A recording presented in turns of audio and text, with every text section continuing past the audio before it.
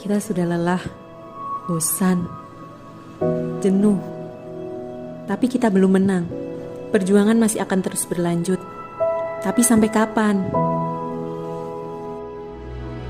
Titik terang mulai ada, harapan baru mulai muncul.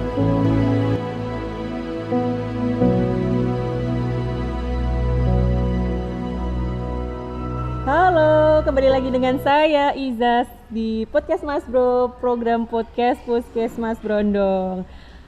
Insan Sehat hari ini kita kembali lagi dengan tema bahas tentang vaksin bersama dokter yang sangat hebat, yang luar biasa di Puskesmas Brondong ini.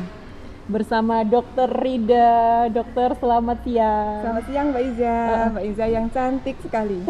Terima kasih dokter. Dokter, gimana kabarnya dokter? Alhamdulillah, sampai saat ini sehat-sehat Mbak Iza. Alhamdulillah. Ngomong-ngomong tentang vaksin nih dokter, masyarakat sudah heboh sekali untuk saat ini tentang vaksin. Vaksin ini apa? Sebenarnya vaksin ini apa sih dokter? Untuk masyarakat yang kurang paham tentang vaksin. Oke. Masyarakat banyak yang mengenal vaksin, ada yang bilang imunisasi, ada yang vaksinasi. Nah itu bisa ada beberapa perbedaan imunisasi, vaksin dengan vaksinasi. Siap. Jadi imunisasi itu adalah proses pembentukan kekebalan tubuh, di mana pada saat kita mendapatkan penyakit atau mendapatkan virus atau kena bakteri yang sama, kita itu tidak sakit atau hanya sakitnya itu ringan saja.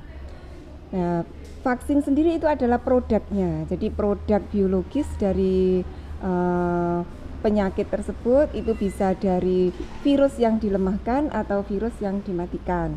Sedangkan vaksinasi sendiri itu adalah proses memasukkan vaksin ke dalam tubuh, seperti itu.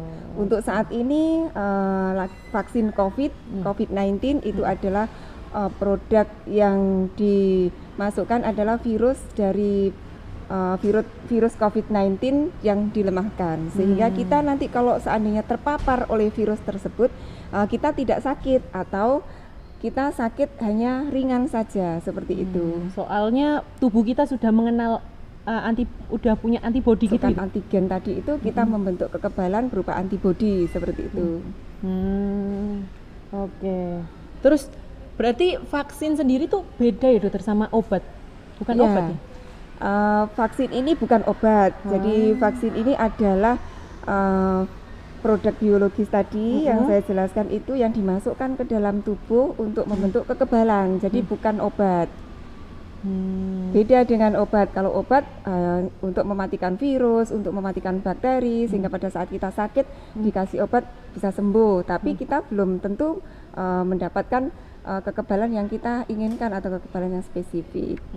Terus untuk khususnya kan sekarang lagi rame ini kan vaksin COVID-19. Vaksin ini apa aman nggak dokter buat kita? Lah banyak dari masyarakat kan masih takut atau masih mau nggak mau aman nggak ya buat tubuhku. Nanti kan banyak rumor-rumor yang mengatakan bahwa vaksin COVID ini nanti mengakibatkan A, B, C lah gitu kan.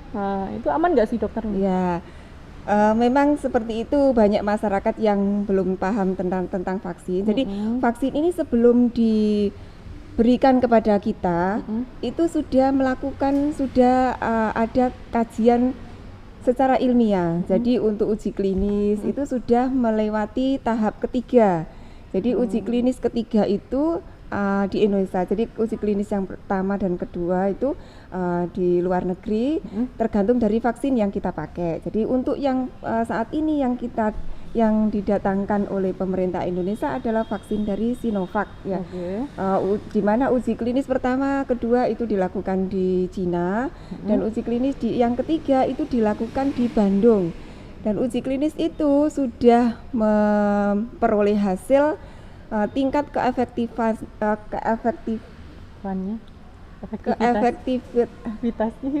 efektivitasnya itu 63,5%. Itu yang ada di tahap 3 yang dilakukan di Bandung.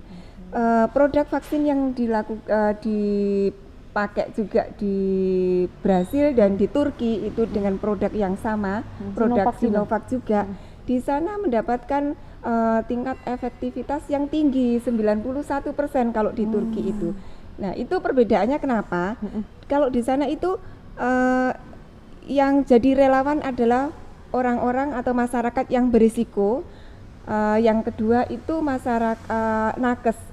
Jadi nakes itu juga kelompok yang berisiko. Jadi di mana tingkat resiko yang paling tinggi itu ada pada masyarakat, ada pada nakes sama orang-orang yang punya mobilitas tinggi seperti itu.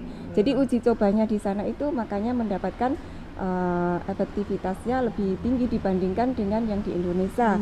Kalau di Indonesia ini relawannya adalah masyarakat umum, di mana tingkat resikonya itu lebih rendah dibandingkan dengan tenaga kesehatan seperti itu. Oke, berarti aman ya dokter ini untuk masyarakat ini? Ya. Untuk saat ini Balai POM sendiri sudah mengeluarkan izin untuk dipakai di Indonesia. Sudah masuk BPOM. Sedangkan untuk MUI sendiri sudah menyatakan bahwa vaksin ini adalah suci dan halal. Alhamdulillah, berarti aman masyarakat, insan sehat aman semuanya insya Allah. Jadi jangan khawatir untuk vaksin, kita harus berani vaksin biar terhindar dari virus corona. Betul, ya, betul gitu Mbak Iza. Oke, dokter, terus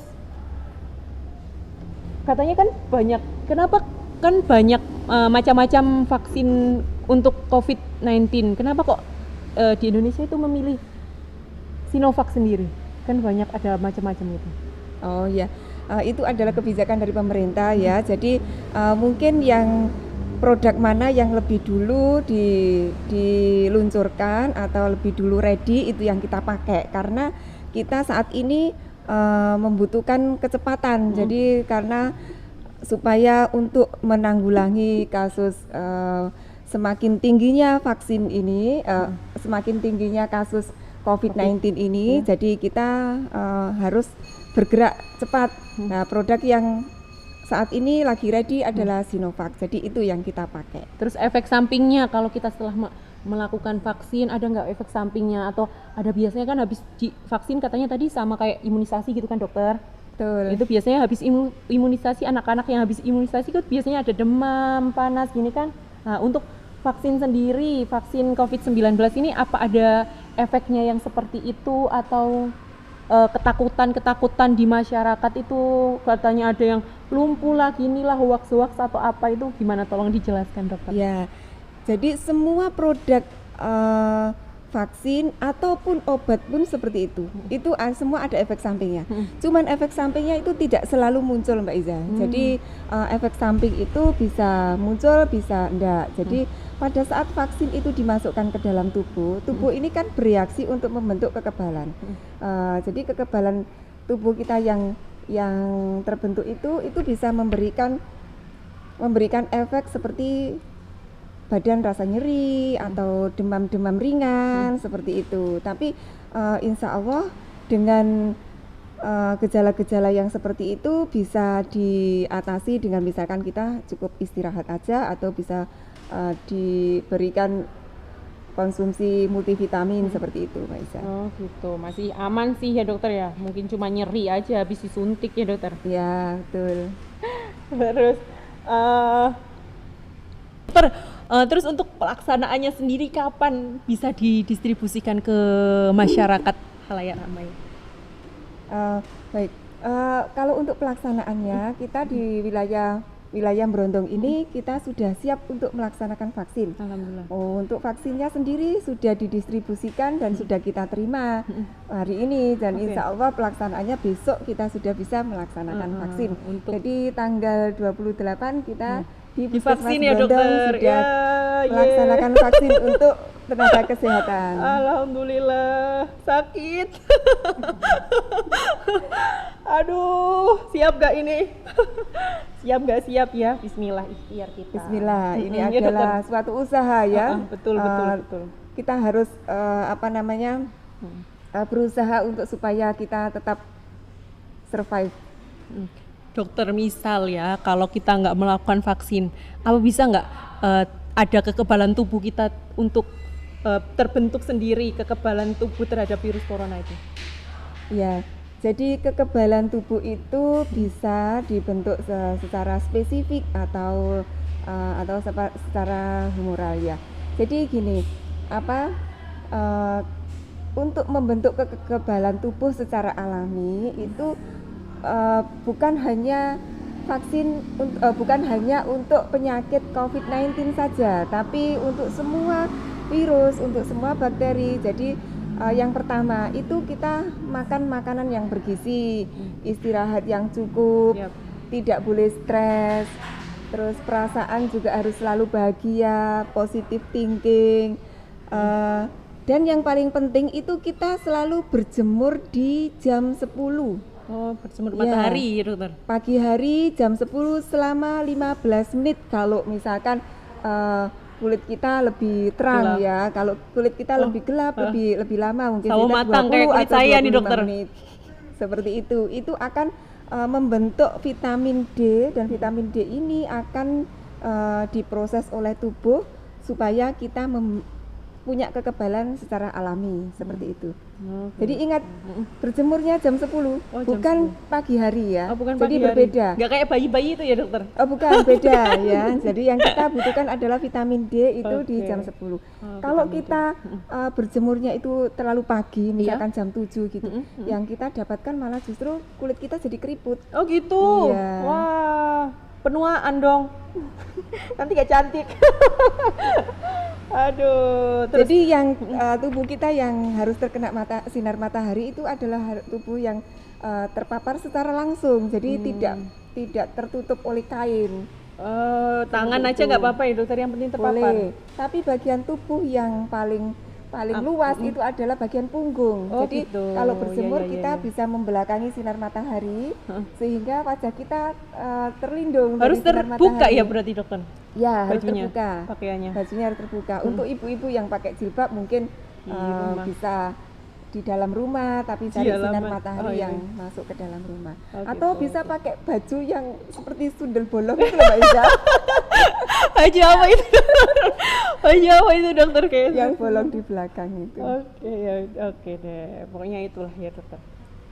Terus langkah terbaik apa untuk menghentikan pandemi COVID-19 ini dokter? Apakah dengan pemberian vaksin ini sudah bisa menghentikan pandemi ini? Bersama kami jaga kesehatan di podcast Mas Bro.